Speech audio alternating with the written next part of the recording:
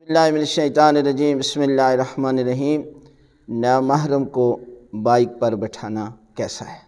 تو یہ ہے کہ احکام پہلے بھی بتا چکے ہیں کہ نامحرم سے فری ہونا اور اس کو بائک پہ بٹھانا یا ایسی جگہ پر نامحرم کا لڑکا اور لڑکی کا بیٹھنا کہ جہاں پر تیسرا شخص نہیں آ سکتا، حرام ہے۔ اسی طرح اس کو بائک پر بٹھانا بھی حرام ہے، یعنی اس کے ذریعے آپ کا اگر جو ہے وہ جسم ٹچ ہوتا ہے تو یہ حرام ہے۔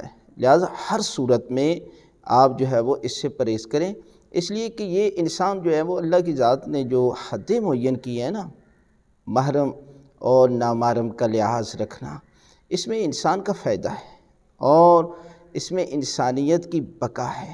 لہٰذا فساد سے بچنے کے لیے بہترین ذریعہ یہ ہے کہ آپ دین اسلام کے احکام پر عمل کریں۔ تو یہ ہے کہ آپ بائک پر بٹھاتے ہیں تو یہ بٹھانا کسی صورت میں جائز نہیں ہے۔